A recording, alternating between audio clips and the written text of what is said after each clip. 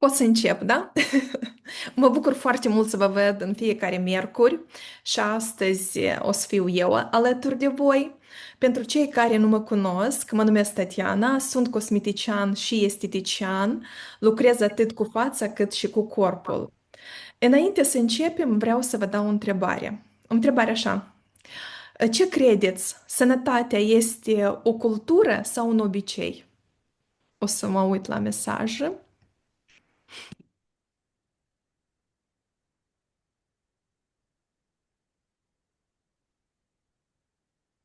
Nu aștept, nu văd o cultură. Cultură. Mai aștept, mai vreau. Și una și alta puteți scrieți, adică ambele. Poate să fie cineva crede că și obicei și cultură. Mhm. Tatiana Bogoja, cultură și obicei. Mhm. Mai mulți cultură, să este cineva, nu este numele. După research-ul meu, care l-am făcut eu, sănătatea este o cultură, dar ea se construiește prin obiceiurile noastre de zi cu zi. Cine a scris cultură și obicei a ghicit.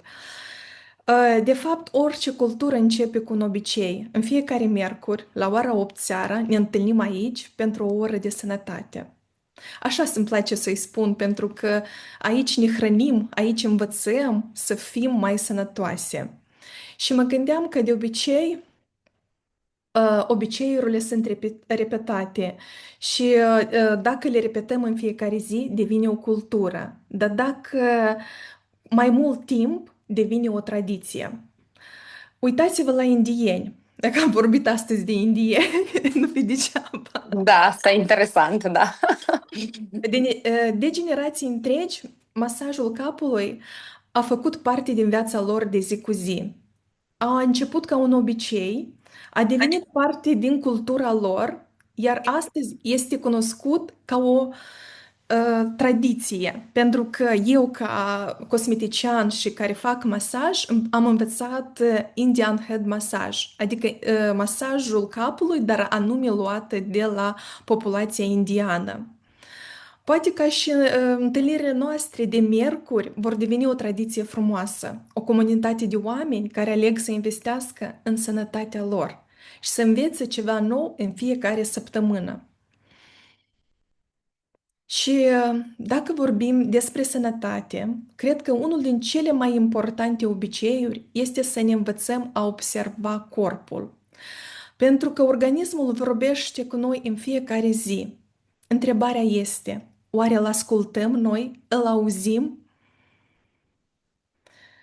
Uh, Vă rog, doamnă Victoria, puteți să porniți slide-urile.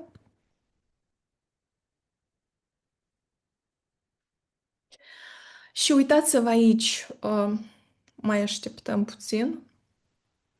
Îl faceți mai mare? Da, mulțumesc.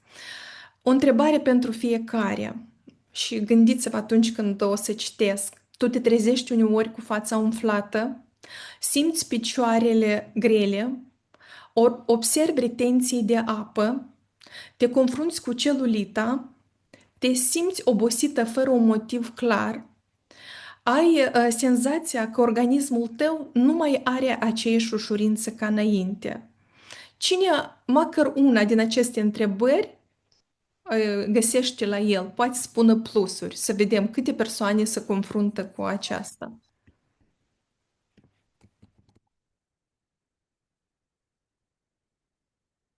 Stați să văd mesajele. Nu mi-au venit. Așa, op. O mulțime ca și 3 și 4. Da, practic foarte multă lume se întâlnește. Problema este că majoritatea oamenilor încearcă să elimine simptomele, fără să înțeleagă mesajul. De exemplu, dacă ne doare capul, noi ce facem? Luăm o pastilă. Dacă suntem obosiți, bem mai multă cafea, nu avem energie, bem 2 sau 3 cafele. Dacă observăm celulită, căutăm o cremă magie care ne credem că o să ne ajute. Dacă ne umflăm sau avem edeme, încercăm să bem mai puțină apă sau luăm un diuretic. Dar de cele mai multe ori, acestea sunt doar semnalele care noi trebuie să le ascultăm.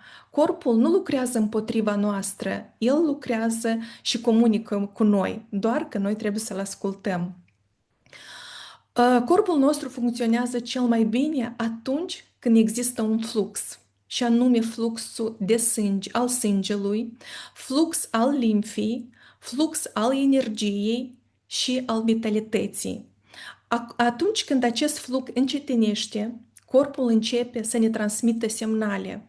Asta vom descoperi unul din cele mai importante sisteme responsabile de acest echilibru. Acesta este sistemul limfatic. Următorul, vă rog. De ce vorbim despre sistemul limfatic? Este un sistem puțin cunoscut, dar esențial pentru sănătate. Cred că sunteți de acord cu mine. Atunci când vorbim despre sănătate, majoritatea oamenilor se gândesc la inimă, tensiune arterială sau colesterol. Foarte puțini se gândesc la sistemul limfatic. Cu toate acestea, sistemul limfatic este cel mai important sistem din organismul uman. El lucrează permanent, 24 din 24, pentru a menține echilibru intern și pentru a susține apărarea naturală a corpului. Interesant este că până recent, oamenii de știință credeau că creierul nu are un sistem limfatic propriu. Doar în 2015 au fost descrise în mod clar vasele limfatice în membranele care învelesc creierul. O descoperire care a schimbat modul în care înțelegem sistemul limfatic. Acest lucru ne arată cât de important este sistemul limfatic și cât de mult mai avem de a învăța despre rolul său în organism. La fel, sistemul limfatic lucrează împreună cu sistemul circulator. Putem compara sistemul circulator și sistemul limfatic ca doi parteneri care conlucrează permanent. Sângele livrează oxigen și substanțe nutritive către celule. În urma activității celulare se formează produși metabolici și se acumulează o cantitate de lichid în spațiul dintre celule. Rolul sistemului limfatic este să colecteze acest exces și să-l transporte către circulația sanguină și către organele implicate în procesare și eliminarea substanțelor reziduale. La fel, sistemul limfatic menține echilibrul lichidelor în organism. În fiecare zi, o parte din lichidul de sânge ajunge în spațiul dintre celule. Dacă acest lichid nu ar fi colectat și redus în circulație, țesuturile s-ar umfla. Sistemul limfatic acționează ca un sistem de drenaj natural care ajută la menținerea unui echilibru sănătos al lichidelor. La fel, sistemul limfatic susține imunitatea. Sistemul limfatic este o componentă importantă a sistemului imunitar. Limfa transportă limfocitele, adică celulele care ne protejează de bacterii, virus și substanțe străine. Ganglionii limfatici funcționează ca niște filtre biologici care verifică permanent ceea ce circulă prin organism. La fel, sistemul limfatic participă la eliminarea produselor metabolici. Aici e puțin mai interesant, eu am tras atenție mult la asta. Sistemul limfatic, în fiecare secundă, miliarde de celule din corp lucrează, se hrănesc și produc reziduri. Viața unei celule se aseamănă cu viața unui om, adică se naște, moare, mănâncă, merge la baie, toaletă, adică e exact, numai că e mai un ciclu de viață mult mai mic. Aceste deșeuri nu pot rămâne în țesuturi, deoarece ar crea inflamație și ar împiedica funcționarea normală a celulelor. Aici intervine sistemul limfatic, ajutorul nostru. Limfa este ca o echipă de salubritate a organismului. Ea adună excesul de lichide, toxine, produși metabolici, celule deteriorate sau moarte și alte reziduri din țesuturi. Dar limfa nu elimină singură aceste deșeuri care sunt formate. Ea le transportă către organele care se ocupă de procesare și eliminare. Aceste organe sunt ficatul, filtrează și neutralizează multe dintre substanțele nedorite. După după ficat, intestinul elimină prin scaun toxinele și rezidurile procesate de ficat. Rinichii filtrează sângele și elimină prin urină excesul de lichide și produși metabolici. La fel și pielea participă la eliminarea toxinelor prin transpirație, anume reglarea temperaturii a corpului. Plămâii, ce fac plămânii? Elimină dioxidul de carbon și alte produse rezultate din metabolism. De aceea, atunci când vorbim despre curățarea limfei, nu ne referim doar la limfă. Trebuie să susținem întreg sistem de eliminare al organismului. Dacă ficatul, intestinul sau rinichii sunt supra-solicitați, ceea ce astăzi lumea modernă se întâmpină cu supra-solicitarea la toate, limfa poate deveni mai lentă. Pot apărea retenții de apă, senzații de greutate, celulită, umflăturile, oboseală și inflamația cronică. Mulțumesc mult de inimioară! La fel, sistemul limfatic are legătură directă cu inflamația și celulita. Celulita nu este doar o problemă estetică. Ea reflectă adesea o combinație de retenție și anume și lichide. Mulțumesc chiar de inimioare, le-am văzut. Eram așa, nu vreau să mă dezbat. De lichide, circulație încetinită și acumularea de produse metabolice în țesuturi. Atunci când când susținem circulația limfatică și procesele naturale de eliminare, pielea poate căpăta un aspect mai uniform și mai sănătos. Ce este sistemul limfatic? Următorul.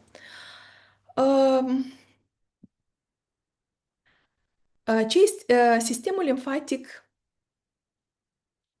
Mulțumesc. Sistemul limfatic este o rețea de vase și ganglioni limfatici. Cred că de asta cunoaștem toți. Cine nu cunoaște, auzim astăzi. Este format din vase limfatici și ganglioni care se găsesc în tot corpul nostru.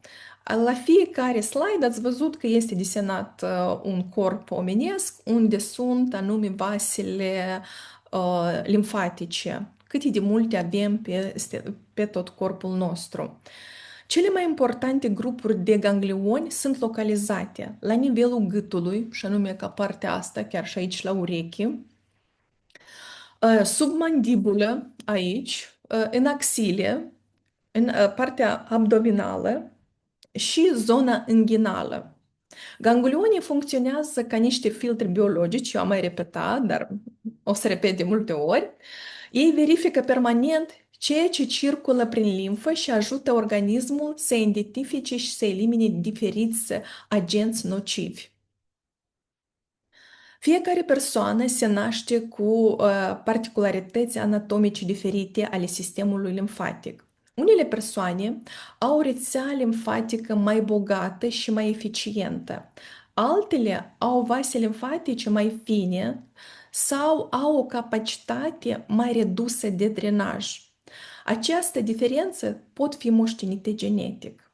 Din acest motiv, Anumite persoane sunt mai predispuse la retenții de apă, umflături, senzații de picioare grele și chiar la dezvoltarea limfedemului. Asta este o boală limfatică.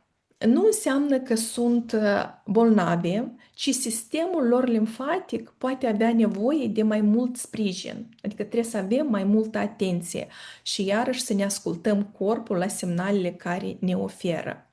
La fel, sistemul limfatic transportă limfa prin întregul organism. Limfa circulă prin vasele limfatice și colectează excesul dintre celule, lichidul. Un lucru foarte interesant este că limfa lucrează împotriva gravitației. Ea trebuie să urce de la nivelul picioarelor către torace și apoi să fie returnată în circulația sanguină. Acei care fac masaj limfatic știu că se începe nu ca masajul clasic sau suedez, se începe de la picioare spre sus. De aceea, atunci când circulația limfatică este lentă, primele semne apar adesea la nivelul picioarelor. Umflături, senzații de greutate sau retenție de apă. La fel, sistemul limfatic susține apărarea naturală a organismului. Adică prin sistemul limfatic circulă limfa, care transportă celule de apărare ale organismului.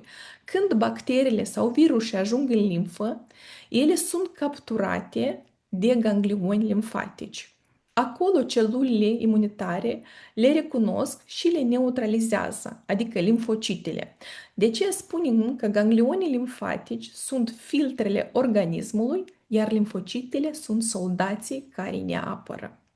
La fel, sistemul limfatic nu are o pompă proprie, adică, de exemplu, spre deosebire de sânge, care este pompa inima, este pompat de inimă. Sistemul limfatic nu are o pompă proprie. Acesta este un motiv dintre care stilul nostru de viață influențează atât de mult la circulația limfei. Sistemul limfatic depinde de mișcare și respirație. Limfa se mișcă datorită contracției musculare, mișcării corpului, respirații profunde. Cu cât stăm mai mult nemișcați, cu atât limfa circulă mai greu. Și asta cred că ați observat, mai ales cei care lucrează la birou, care sunt șoferi, care stau foarte mult și nu fac mișcare. Iarăși vă invit să faceți cu mine un experiment. Vreau să puneți o mână pe piept și alta pe burtă. Vă rog frumos. Inspirați adânc. Inspirați, inspirați și vreau să-mi scrieți ce simțiți, unde se mișcă pieptul sau burta. Eu o să mă uit la mesaje.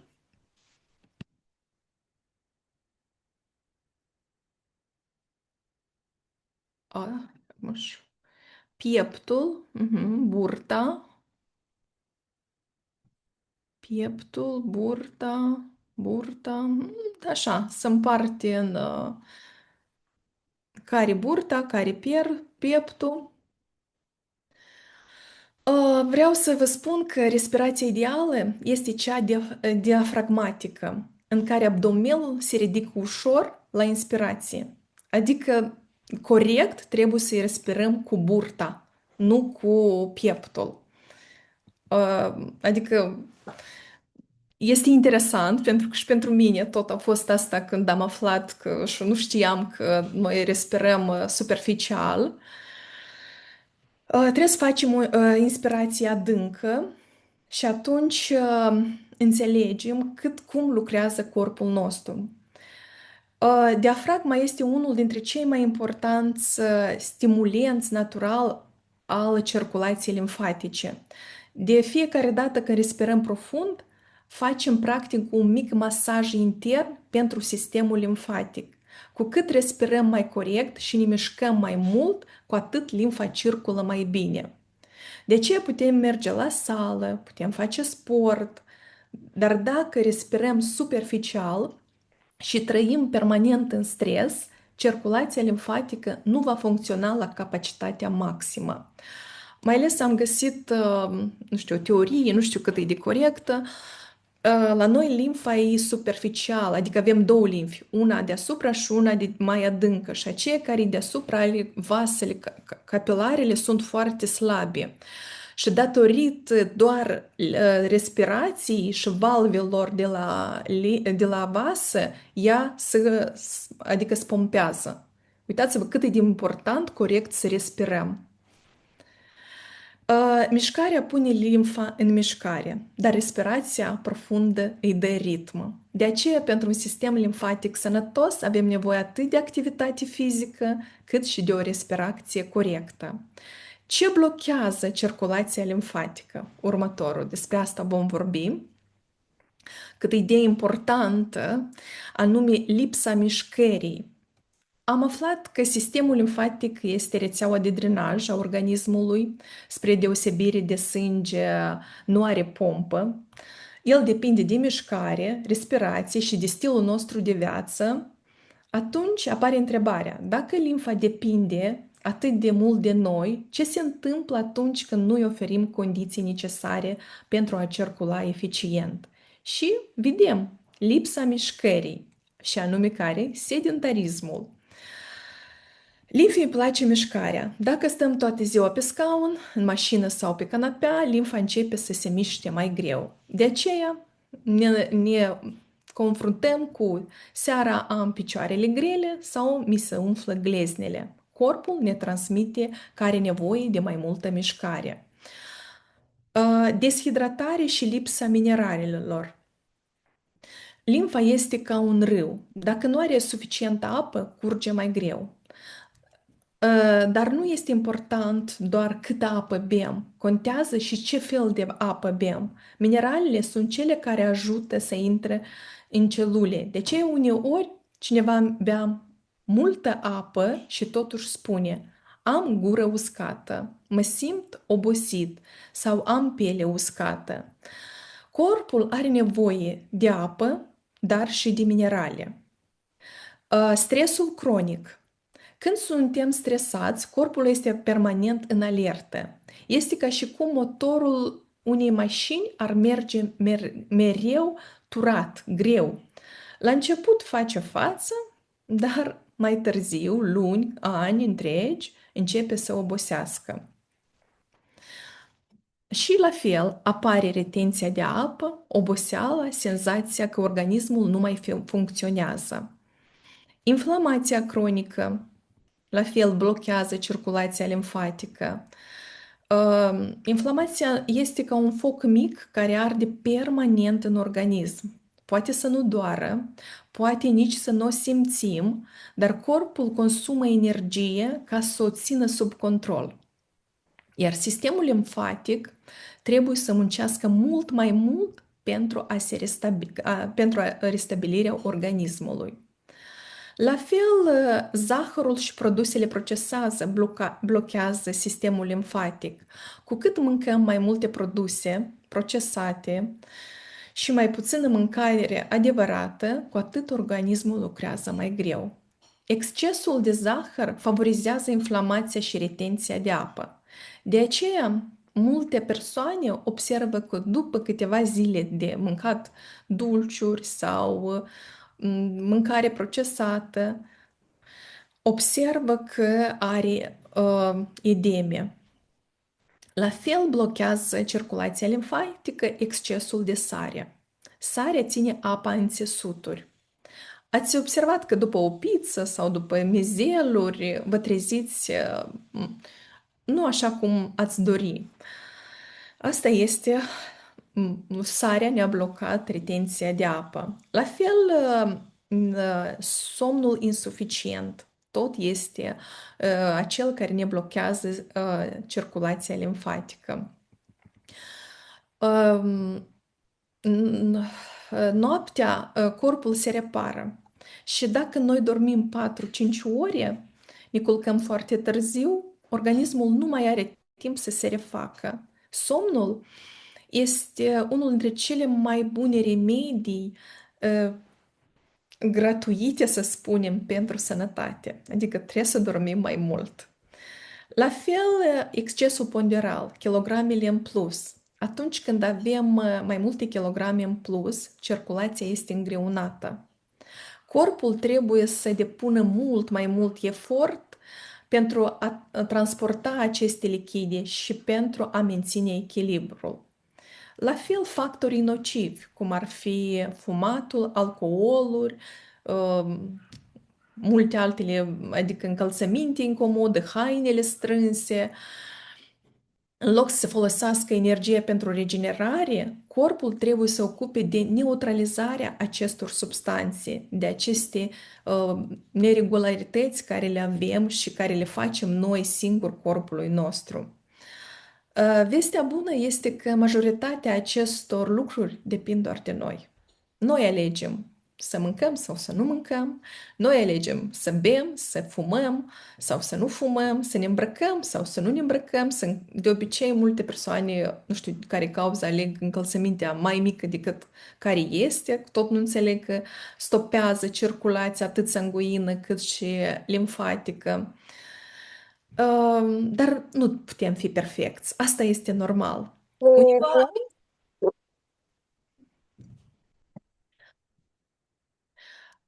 Uneori câteva schimbări mici, mai multă apă, mai multă mișcare, un somn mai bun pot face o diferență enormă. Cum îți dai seama că limfa circulă mai lent? Vom vorbi mai departe. Și anume, uh, da, corpul ne trimite semnale. Și anume, aceste semnale ne dă seama că ceva nu este în regulă.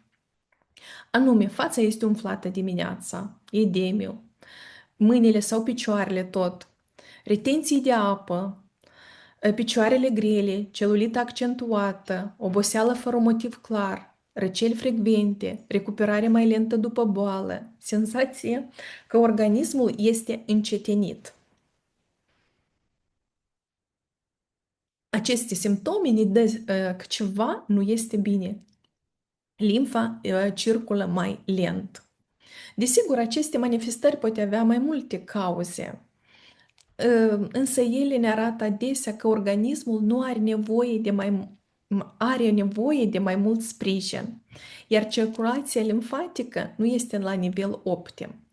Corpul nostru mereu comunică permanent, doar noi trebuie să-l ascultăm. Și întrebarea este, noi îl ascultăm? Iar dacă vorbim despre sistemul limfatic, unul dintre cele mai importante lucruri pe care le putem face este să nu uităm să ne hidratăm. Și anume, hidratarea este cea mai importantă. Pentru că limfa este formată în mare parte din apă. Dacă nu există suficientă apă în organism, limfa circulă mai greu, iar procesele de transport și eliminare devin puțin mai dificile. De ce înainte să căutăm soluții complicate, merită să ne întrebăm un lucru simplu. Oferim corpului suficientă hidratare? În primul pas, cel mai simplu și mai accesibil pentru fiecare dintre noi este să începem să ne hidratăm. Apa participă la fiecare proces din organismul nostru uman. Nu există circulație sau înguină sănătoasă dacă nu bem apă. Nu există limfă dacă nu bem apă sănătoasă. Nu există detoxifiere, adică organismul nu se detoxifică, digestia nu merge cum ar fi dacă nu bem apă destulă. Nu avem energie și la fel și frumusețea fără apă nu este, că avem o piele deshidratată. Compania Coral Club ne oferă o soluție foarte practică prin Coral Mine. Aici sunt Coral Mine, le vedeți. Cine nu cunoaște, uitați. Sunt pliculețe mici, în pachetul East Mare sunt niște sticuri pe care le putem avea la noi oriunde. acasă, la serviciu, în geantă, în mașină și, sigur, și în călătorii. Tot ce facem este să adăugăm un pliculeț într-o sticluță cu apă. În câteva minute obținem o apă mineralizată cu un gust plăcut și ușor alcalin. Coral mine este obținut din corali fosilizați din Okinawa, Japonia, și conțin peste 70.000 de minerale naturale. Practic, oferim apei noastre o apă minerală. Îmi place foarte mult pentru că este simplu. Nu trebuie să schimbăm radical viața noastră. Doar luăm o sticlă cu apă, adăugăm un pliculeț și continuăm ziua. Ne-am hidratat și sigur că ne simțăm mult mai bine. Dar hidratarea nu înseamnă doar apă. Pentru că apa să fie utilizată eficient, anume de organismul nostru, avem nevoie de electroliți. Și aici ne vine în ajutor pentocanul. Dacă coral mine mineralizează apa, pentocanul completează hidratarea cu electroliți importanți. În timpul stresului, efortului fizic, transpirației, căldurii sau pur și simplu activităților zilnice, organismul pierde nu doar apă, dar și multe minerale. Acest supliment, pentocan, conține electroliți și vitamine care contribuie la menținerea echilibrului hidric și la funcționarea normală a organismului. Ar fi bine să le folosim în fiecare zi pentru că îi dăm o apă de calitate organismului nostru, iar apoi îl ajutăm să utilizeze această apă cât mai eficient. Pentru că un sistem limfatic sănătos începe cu un organism bine hidratat. Alt produs care ne oferă la fel compania este coral burdoc crud. Este extract de rădăcină de brusture, o plantă foarte folosită de secole în fitoterapie.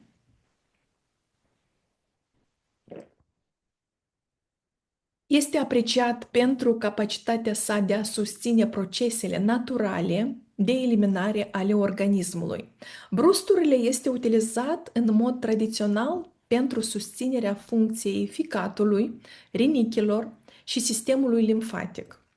De ce este inclus frecvent în programele de curățire și de drenaj? Atunci când vorbim despre sistemul limfatic, trebuie să ne amintim că organismul elimină deșeuri, cum am spus mai anterior, prin mai multe căi. Ficatul le procesează, rinichii le elimină, iar sistemul limfatic le transportă. Burdoc crud susține aceste procese naturale ale organismului. Alt produs care este un produs mm,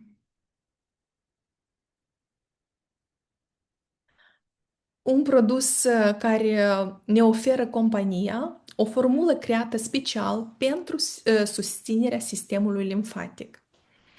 Acest produs este cu multe ingrediente care ne oferă anume întreținerea sistemului limfatic. Primul ingredient este codița de vișină. Uitasem cum îi zic. Da, am văzut pe desen și mi-am adus aminte. În medicina populară era folosit cu mult mai înainte să apară suplimentele moderne.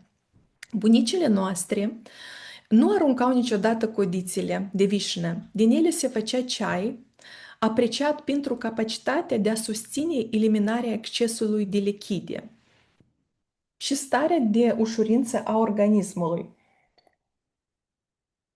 Al doilea ingredient este coacăza neagră. În multe țări europene, frunzele de coacăză neagră sunt folosite de generații pentru susținerea circulației și a confortului organismului, atunci când există tendința de retenție de apă. Este unul dintre plantele cele mai apreciate în formulele pentru drenaj. La fel pătrunjelul, care îl cunoaștem noi toți, și anume din bucătărie. Dar puțin știu că în fitoterapie pătrunjelul se consideră unul din cele mai valoroase plante pentru susținerea eliminării naturale a excesului de lichide. La fel, mai avem încă un ingredient, este hibiscus. Probabil l-ați întâlnit în ceaiuri, în suplimente și mai ales în cosmetică. Acum e tare modern. În ultimii ani, hibiscusul a devenit vedeta industriei frumuseții și anume se zice botoxul naturii. Nu pentru că ar înlocui procedurile cosmetice, dar pentru că au compuși naturali care ajută la protejarea țesuturilor, adică este un antioxidant foarte puternic. Următorul produs este coral artișoc.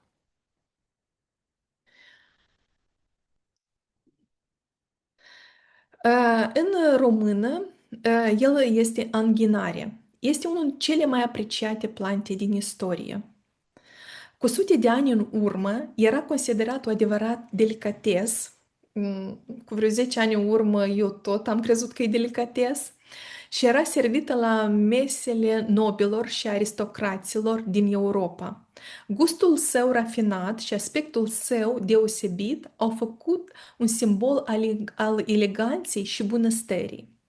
Dar ceea ce este mai interesant este că oamenii nu au apreciat doar gustul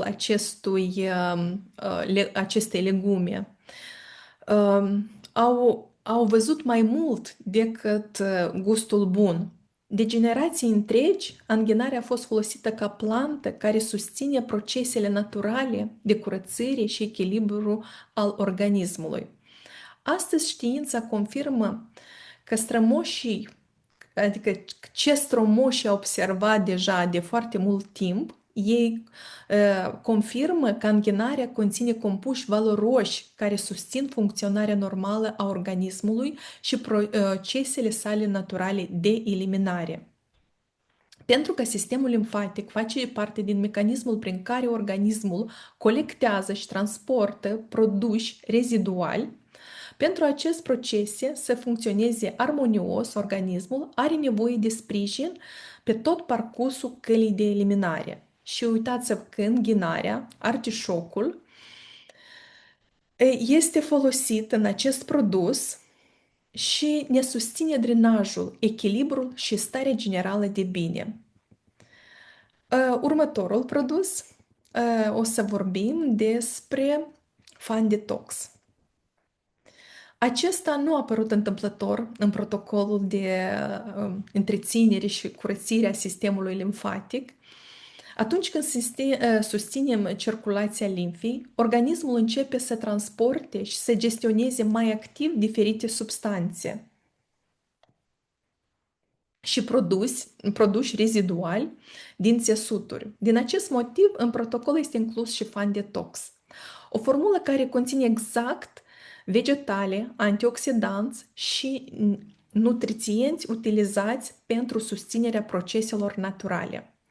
Printre ingrediente găsim ca cachi, koji, coajă de mandarină, hrișcă, germeni de soia, taurin și vitamina C. Aceste ingrediente combină mai multe plante de, și din mai multe culturi și este foarte ușor de administrat. Următorul produs sunt probioticele. Mm,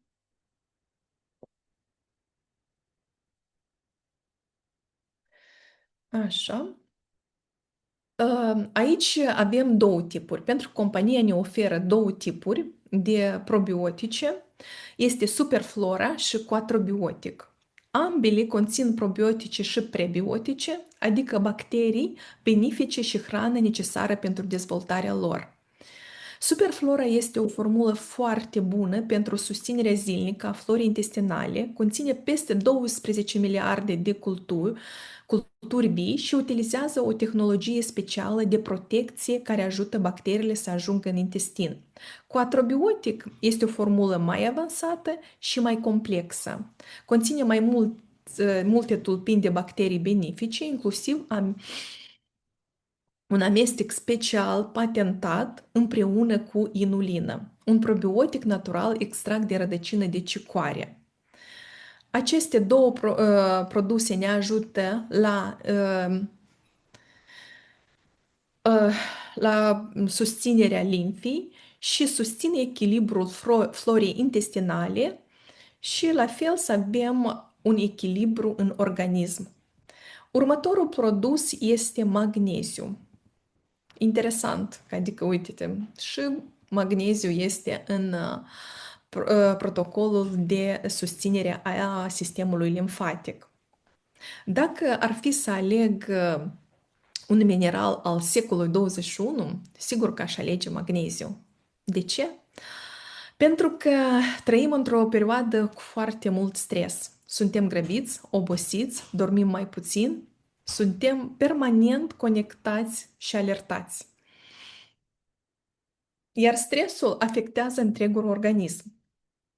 Atunci când suntem stresați, corpul intră într-o stare de tensiune, mușchii se contractă, respirația devine mai superficială, somnul este mai puțin odihnitător, iar organismul consumă mai mult minerale, mult mai mult decât ar trebui. Și aici apare legătura cu sistemul limfatic.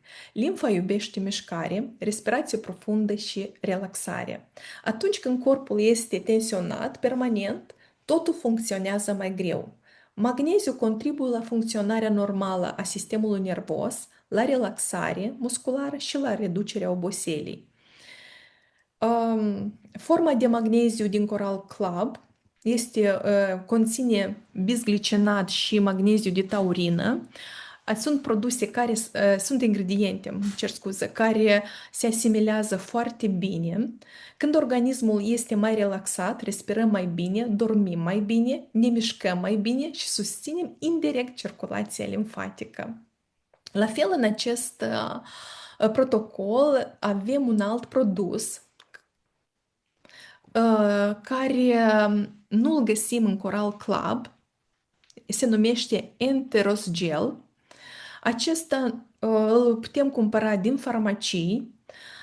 Enteros Gel este un absorbent intestinal. El ajută la legarea și eliminarea toxinelor și a produselor rezidual din tractul digestiv. Îl folosim în protocol pentru a susține procesul de eliminare și pentru a oferi organismului un ajutor suplimentar în timpul curățirii. Pe scurt, limfa colectează, enterosgelul absorbe, iar organismul, adică intestinul, elimină.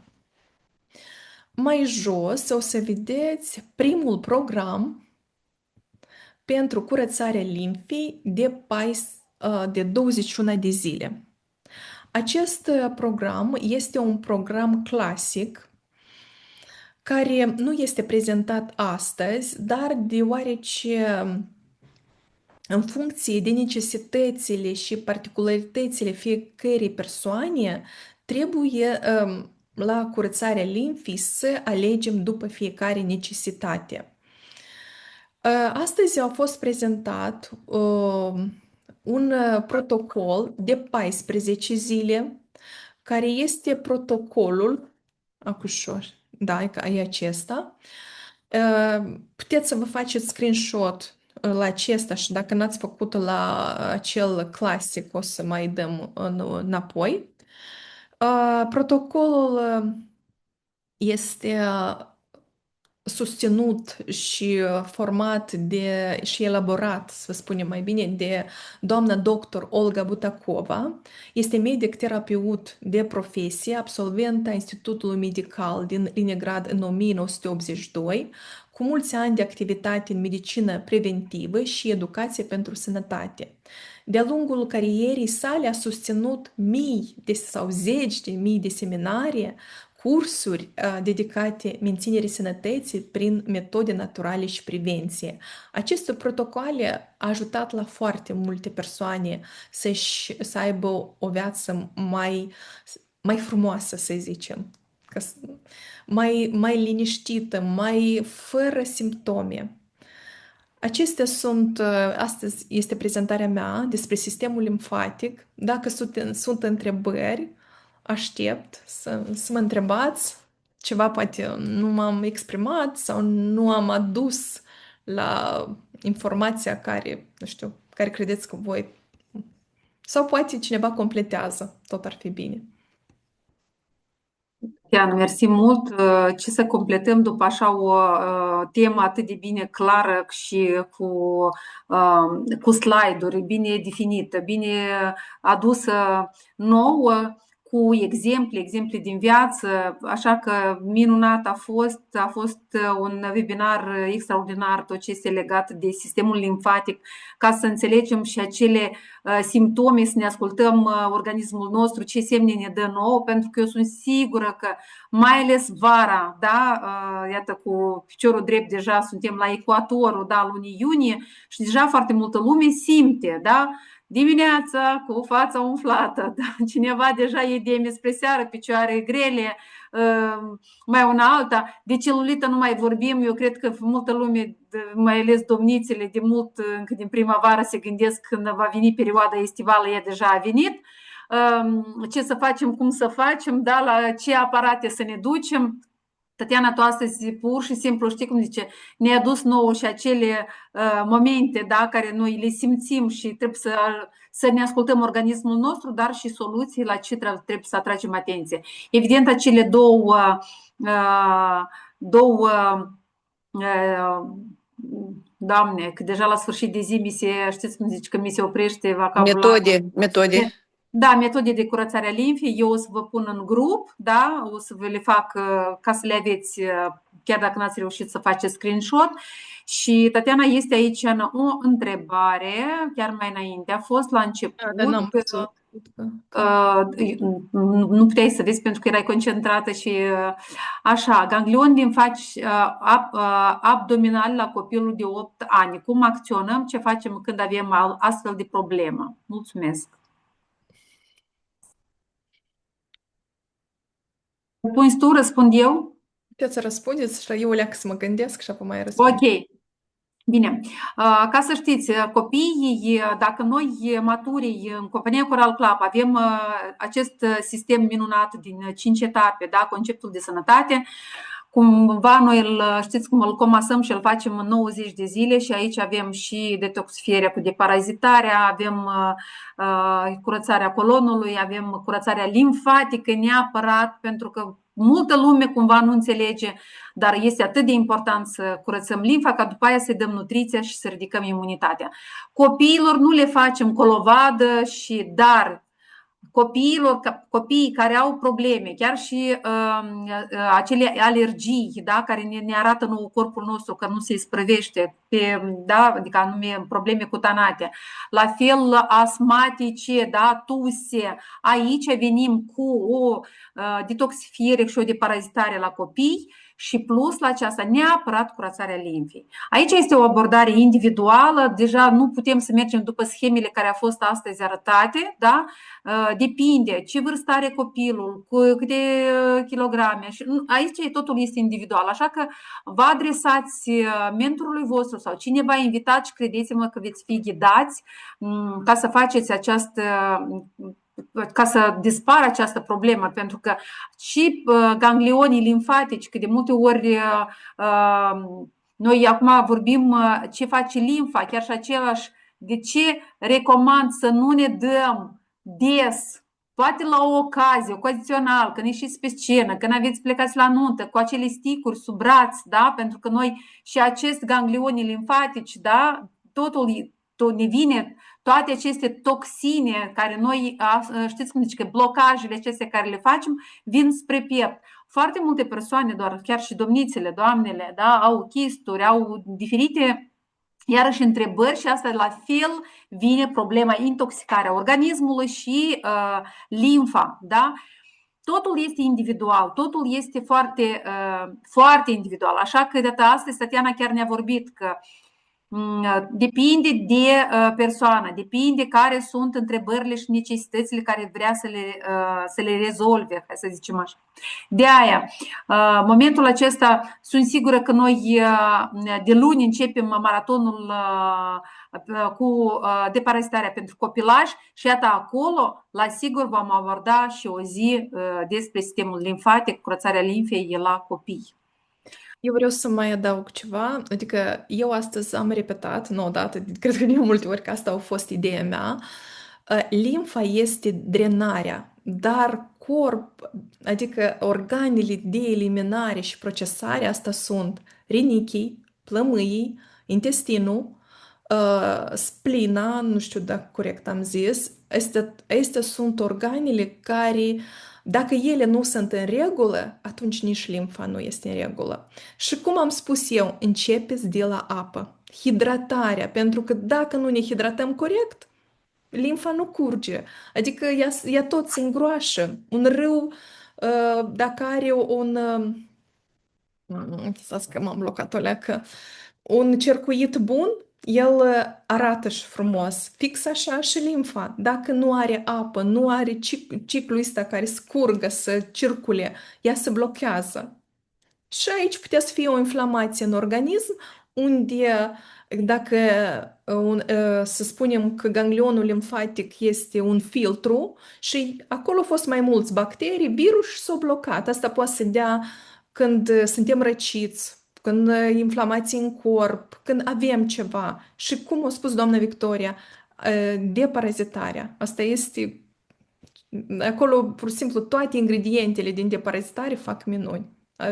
Pentru toate, susținerea pentru toate organele, nu numai deparazitare. Și să scadem virus și bacterii, ciuperca, absolut tot.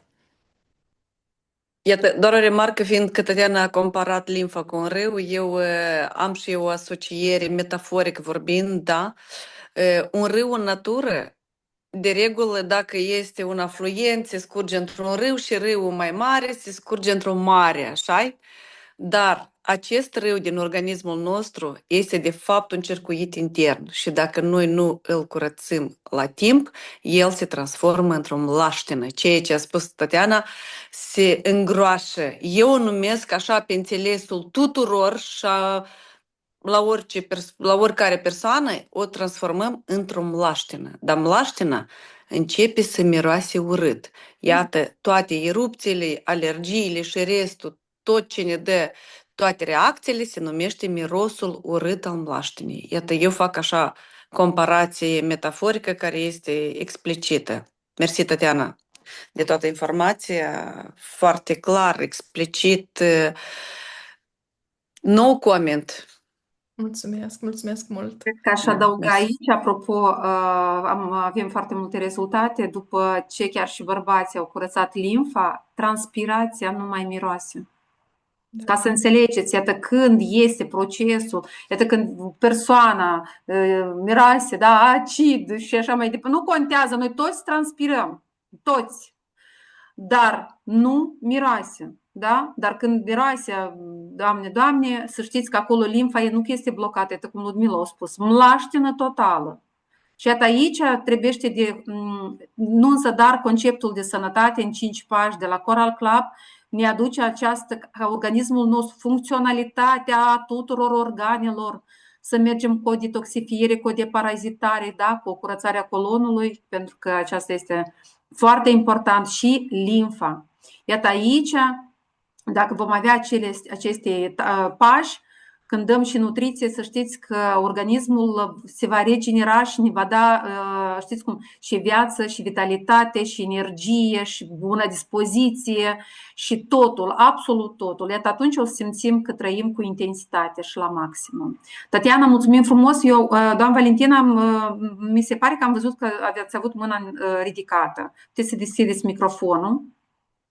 Deschideți microfonul, apăsați acolo pe un microfon mic. Și poate se deschide la dumneavoastră. Jos. Jos pe partea stângă. Doamna Valentina, faceți un click, apăsați odată pe ecran și apare jos în stânga microfonul.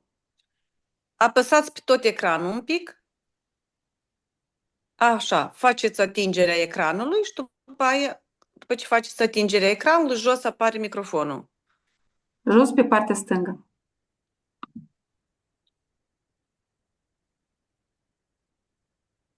Așa, haideți să citim mesajele, da? Mulțumesc pentru toată informația utilă, da? Pentru o informație oferită, mega profesionistă despre sistemul limfatic. Ceva întrebări mai sunt? După ce doamna Valentina găsește butonul, haideți, dacă mai aveți ceva o întrebare, pentru că deja avem o oră. Poate eu? Sigur că da. Tatiana, spune-mi, te rog frumos, ce interval se recomandă ca să fie între curățările de limfă? Poți să repeți încă o dată? Adică te Cât referi... timp poate de repetat iarăși curățarea de limfă?